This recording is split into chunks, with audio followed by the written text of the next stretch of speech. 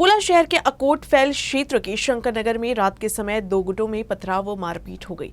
इस झड़प में 4 से 5 मोटरसाइकिल की तोड़फोड़ की गई, जिससे इलाके में तनाव का माहौल निर्माण हो गया है। पिछले 2 दिनों से शंकर नगर के 2 गुटों में मामूली कारणों से विवाद चल रहा था। मंगलवार रात करीब 11 बजे ये विवाद पथराव और हाथापाई में तब्दील हो गया। इस घटना से इलाके में तनाव निर्माण हो गया। अकोला शहर के सभी थानों की पुलिस मौके पर पहुंचकर भारी पुलिस बल तैनात कर दिया गया है। फिलहाल स्थिति पर नियंत्रण है और इलाके में तनावपूर्ण शांति बनी हुई है। पथराव में कई कारों को नुकसान पहुंचा है। पुलिस ने शंकर नगर इलाके से 4 से 5 लोगों को हिरासत में लिया है, जबकि अन्य आरोपियों की तलाश पुलिस कर रही है। सार्वजनिक वितरण प्रणाली के तहत एपीएल किसान लाभार्थियों को अनाज की जगह 150 रुपए प्रति माह देने का निर्णय सरकार द्वारा लिया गया था, लेकिन जिला तहसील कार्यालय में इसकी जानकारी जिला आपूर्ति अधिकारी कार्यालय को नहीं मिलने के कारण ये प्रक्रिया बंद थी। अब ये प्रक्रिया शुरू की गई है और जिले में 39,439 किसान परिवारों को करीब 2 लाख एपीएल कार्ड धारकों को प्रति माह 150 रुपए मिलेगा। अंत्योदय खाद्य योजना के अंतर्गत एपीएल नारंगी राशन कार्ड धारक किसान लाभार्थियों सहित प्राथमिकता वाले परिवारों के राशन कार्ड लाभार्थियों को राशन की दुकानों से प्रतिमाह खाद्यान्न वितरित किया जाता था। पिछले 6 माह से एपीएल नारंगी राशन कार्ड धारकों के किसान लाभार्थियों को राशन दुकानों से खाद्यान्न का लाभ बंद किया गया। इसी पृष्ठभूमि में सरकार ने मार्च के प्रारंभ में एपीएल लाभार्थियों को खाद्यान्न के बदले प्रति व्यक्ति 150 रुपए प्रतिमाह देने का निर्णय लिया था। इसके अनुसार जनवरी 2023 से 150 रुपए प्रतिमाह की अनुदान राशि सीधे लाभार्थियों के बैंक खाते में जमा की जानी है। बीते माह जिला आपूर्ति अधिकारी कार्यालय को सरकार से 8 करोड़ रुपए की धनराशि प्राप्त हुई थी, लेकिन 2 महीने बीतने के बाद भी प्रक्रिया शुरू नहीं हुई है। जिला आपूर्ति अधिकारी बीयू काले ने किसानों से आह्वान किया है कि वे अपने राशन दुकानदारों के पास अपने बैंक खाते और अन्य दस्तावेज जमा कराएं। उन्होंने कहा कि यदि ये दस्तावेज जमा करा दिए जाते हैं तो एपीएल किसान परिवार के लाभार्थियों के खाते में 150 रुपये प्रतिमाह राशि जमा करने की प्रक्रिया शुरू कर दी जाएगी। राज्य शासनानं जे आत्महत्याग्रस्त जिल्हे आहेत 14 त्यांचे शेतकरी लाभार्थ्यांचं धान्य बंद केलेलं आहे। त्या मोबदल्यामध्ये 150 रुपये प्रति व्यक्ती याप्रमाणे अनुदान देत आहेत। परंतु आम्हाला रास्तभाव दुकानदाराकडून माहिती अजूनही खातेदारांची आलेली नाही, त्यामुळे आम्ही त्याच्यामध्ये अनुदान वाटप करू शकलेलो नाही। माझं सर्व शेतकरी लाभार्थ्यांना हेच विनंती आहे की त्यांनी आपापला अकाउंट नंबर आपली माहिती आपल्या रास्तभाव दुकानदाराजवळ तात्काळ जमा करावी, जेणेकरून शासनाचं अनुदान आम्हाला त्यांना देण्याचं सोयीचं होईल। निधी खात्यामध्ये जमा आहे, जसे जसे माहिती येईल तसतसे आम्ही त्यांचे अनुदान वाटप करू। बैंक द्वारा सिबिल शर्त लागू करने से किसानों को कर्ज लेने में दिक्कतों का सामना करना पड़ रहा है। अकोला में आम आदमी पार्टी ने इस शर्त को हटाने के लिए जिलाधिकारी को निवेदन सौंपा है। किसानों को बिना सिबिल या किसी शर्त के ऋण उपलब्ध कराया जाए। कृषि को दिन में 10 से 12 घंटे लगातार बिजली आपूर्ति की जाए। जिन किसानों को छत्रपति शिवाजी महाराज सम्मान योजना एवं महाराष्ट्र फूले कर्ज मुक्ति योजना का लाभ नहीं मिला है, उन्हें कर्ज माफी दी जाए। सभी फसलों के लिए कृषि ऋण की प्रति हेक्टेयर सीमा को बढ़ाकर 2 गुना किया जाए और कम से कम 1 लाख रुपए किया जाए। बैंक कृषि ऋण की प्रक्रिया सुलभ कर किसानों पर स्टैम्प पेपर के अनावश्यक खर्च डालना बंद किया जाए। जंगली जानवरों द्वारा नष्ट की गई कृषि फसलों को सुरक्षा व्यवस्था प्रदान करते हुए मुआवजा बढ़ाने के लिए ठोस कानून बनाकर निर्णय लिए जाए। ऐसी मांग आम आदमी पार्टी ने जिलाधिकारी को दिए निवेदन में की है। महाराष्ट्र की जनता के साथ ही किसानों का जो दुर्भाग्य इस पानी ने लिखा है, उसके लिए ये सरकार पूरी तरह से नाकाम है। ये कुछ भी इसके लिए निर्णय नहीं ले पा रही है।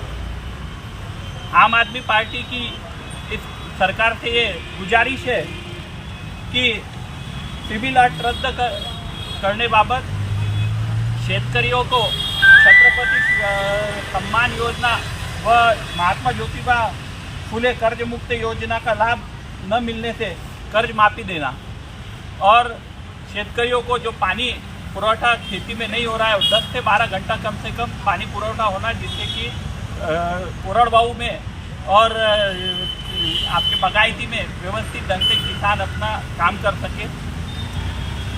इस सरकार ने पहले भी हमने देखे परती के पाउस के समय भी जब बहुत ज़्यादा बारिश हुई तो 100, 200, 300 रुपए के चेक लोगों को मिले। इस प्रकार की ये नाकाम सरकार इसकी आँख कब खुलेगी और कब शेतकरियों की तरफ देखेंगी, ये नहीं देखे तो आम आदमी पार्टी इसको लेकर के पूरे महाराष्ट्र में आज सभी जगह ये निवेदन हम सरकार को दे रहे हैं। अकोला जिले के पातुर मार्ग पर स्थित महसपुर में 5 से 11 मई तक सीहोर के अंतर्राष्ट्रीय कथा प्रवक्ता पंडित प्रदीप मिश्रा द्वारा शिव महापुराण कथा वाचन कार्यक्रम आयोजित किया जा रहा है।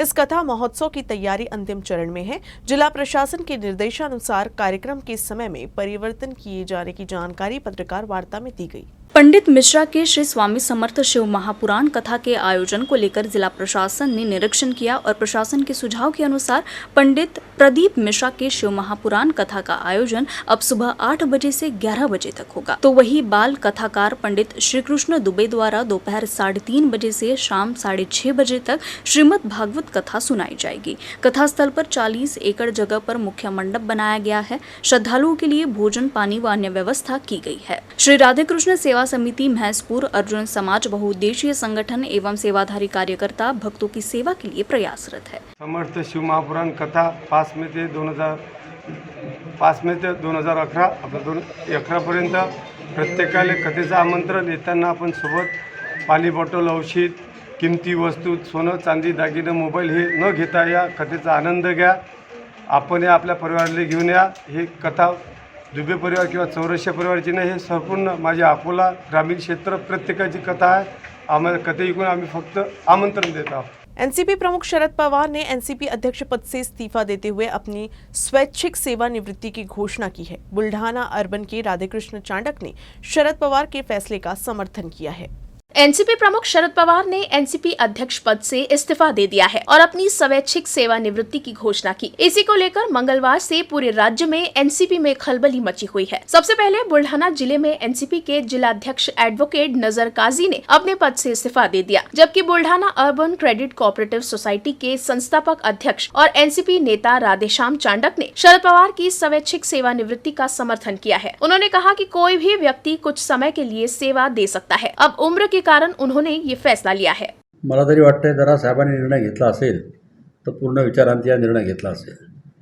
साहेबांची तब्येत पाहता ते आता काही खूप जास्त दौरे करू शकत नाहीत आणि हा पक्ष जर पूर्ण भारतामध्ये वाढत असेल तर जो कोणी सक्षम असेल साहेबांच्या दृष्टिकोनातून त्याच्या खांद्यावर साहेबांनी धुरा सोपवली पाहिजे, जेणेकरून राष्ट्रवादीचं काम महाराष्ट्रामध्ये महाराष्ट्राच्या बाहेरही वाढू शकेल आणि साहेबांनी मग ज्या व्यक्तीची नियुक्ती करतील साहेबांनी त्याला मार्गदर्शन करावं। पिछले एक सप्ताह से राज्य में बेमौसम बारिश जारी है। मराठवाड़ा सहित विदर्भ के कई जिले बेमौसम बारिश की चपेट में आ गए हैं। फसलों को भी भारी नुकसान हुआ है। विदर्भ के अमरावती, अकोला और बुल्ढाना जिले में बुधवार को भारी बारिश हुई। बारिश के कारण गर्मी में नदी में बाढ़ आ गई है। पूर्णा नदी में आई बाढ़ से नदी किनारे बसे गांव को राहत मिली है। शेगांव तहसील की मुख्य जलधारा पूर्णा नदी में 20 साल बाद मई में पहली बार नदी बहने से नदी किनारे के गांव को राहत मिली है। पिछले कई सालों से पूर्णा नदी मई महीने में पूरी तरह सूख जाती थी, जिससे नदी के किनारे के निवासी नदी के तल को खोदकर पीने का पानी लाते थे। हालांकि इस वर्ष गर्मियों में नदी में आई बाढ़ से सभी खुश थे। पूर्णा नदी के बहने से मनसगांव, पहुरपुना, खातखेड़, बोंडगांव, सगोड़ा, भास्तन, कालवड़, कठोरा, डोलारखेड़ में पशुओं के लिए पीने के पानी की भी व्यवस्था की गई है। न्यूज रूम से बस इतना ही। खबरों का सिलसिला यूं ही चलता रहेगा। आप देखते रहिएगा यूसीएन न्यूज अकोला।